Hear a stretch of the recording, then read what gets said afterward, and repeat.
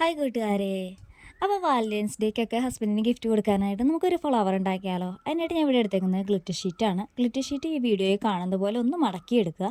അതിനുശേഷം നമ്മൾ സ്ക്വയർ ഷേപ്പിൽ കട്ട് ചെയ്തെടുക്കാൻ വേണ്ടിയിട്ടാണ് ഇതുപോലെ ഒന്ന് മടക്കിയെടുത്തതിന് ശേഷം ഈക്വലായിട്ടൊന്ന് കട്ട് ചെയ്തെടുക്കുക. ഇവിടെ 6 പീസ് ഉണ്ട്. നമുക്ക് 6 പീസിൻ്റെ ആവശ്യമില്ല, 4 പീസ് മതി കേട്ടോ. അപ്പോൾ അതിൽ നിന്ന് ഒരു പീസ് എടുത്തിട്ട് വീഡിയോയിൽ കാണുന്ന പോലെ ഒന്ന് ഫോൾഡ് ചെയ്യുക. അത് കഴിഞ്ഞിട്ട് അത് ഒന്നുകൂടി ഒന്ന് ഫോൾഡ് ചെയ്ത് പിന്നെ വീണ്ടും ഒന്നുകൂടെ അതേ ഷേപ്പിൽ തന്നെ ഒന്ന് ഫോൾഡ് ചെയ്തെടുക്കുകയാണ് വേണ്ടത് കേട്ടോ. ഞാൻ വീഡിയോയിൽ കാണിച്ചു തരുന്നുണ്ട്, ഒന്ന് ശ്രദ്ധിച്ചാൽ മതി കേട്ടോ. കൺഫ്യൂഷൻ ഒന്നും അടിക്കാനില്ല, ഭയങ്കര ഈസിയാണ് ഉണ്ടാക്കിയെടുക്കാനായിട്ട്. അത് ഒന്നുകൂടി ഒന്ന് മടക്കുക, അത്രേ ഉള്ളൂ കേട്ടോ. ഇത്രയേ ഉള്ളൂ പരിപാടി.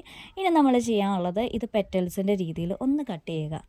ഞാൻ വീഡിയോയിൽ കാണിച്ചു തരുന്നുണ്ട്. നമ്മൾ ഒരു പെറ്റലിൻ്റെ ആ ഒരു ഷേപ്പ് ഉണ്ടല്ലോ, ആ ഷേപ്പിൽ വേണം കേട്ടോ കട്ട് ചെയ്തെടുക്കാനായിട്ട്. അതിന് ശേഷം നമ്മൾ അത് നിവർത്തി കഴിഞ്ഞിട്ട് നമ്മൾ അതിൻ്റെ ഓരോ പെറ്റൽസ് വീതം കട്ട് ചെയ്ത് കളയുക. ഇതുപോലെ 4 എണ്ണം നമ്മൾ കട്ട് ചെയ്തെടുക്കണം. ഈ രീതിയിൽ തന്നെ ഒരേ അളവിലാണ് നമുക്ക് 4 ഷീറ്റും വേണ്ടത്. ആ 4 എണ്ണം ഒരേ അളവിൽ തന്നെ നമുക്ക് ഇതുപോലെ ഈ ഷേപ്പിൽ തന്നെ കട്ട് ചെയ്തെടുക്കണേ. ഞങ്ങൾക്ക് നിവർത്തി കാണിച്ചു തരാം കേട്ടോ. ഇപ്പോൾ ഒരു ഫ്ലവറിൻ്റെ ഒരു ഷേപ്പുണ്ട്. ഇപ്പോൾ അത് ഗ്ലിറ്റർ ഷീറ്റ് ആയതുകൊണ്ട് തന്നെ അതിന് കുറച്ച് കനമൊക്കെ ഉണ്ട്.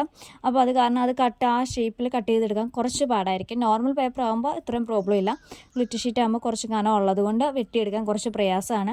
പക്ഷേ അത് വിഷമിക്കൊന്നും വേണ്ട. നമ്മൾ കട്ട് ചെയ്ത് കഴിയുമ്പോഴത്തേക്കും ഷേപ്പ് അല്ല എന്നുണ്ടെങ്കിൽ നമ്മൾ ജസ്റ്റ് കത്രികേണ്ട ഒന്ന് നല്ല ആ ഷേപ്പിലൊന്ന് കട്ട് ചെയ്തെടുത്താൽ മതി കേട്ടോ, വേറെ വിഷയമൊന്നുമില്ല. അതിനുശേഷം നമ്മൾ ഒരു പെറ്റൽ എന്നോണം അതിൽ നിന്ന് കട്ട് ചെയ്യുന്നുണ്ട്. ഒരു ഷീറ്റിൽ നിന്ന് ഒരു പെറ്റൽ കട്ട് ചെയ്യുന്നുണ്ട്. പിന്നെ രണ്ടാമത്തെയും മൂന്നാമത്തെയും നാലാമത്തെയും വീതം നമ്മൾ 2 പെറ്റൽ, 3 പെറ്റൽ, 4 പെറ്റൽ എന്ന രീതിയിൽ എല്ലാം കട്ട് ചെയ്തെടുക്കുന്നുണ്ട് കേട്ടോ.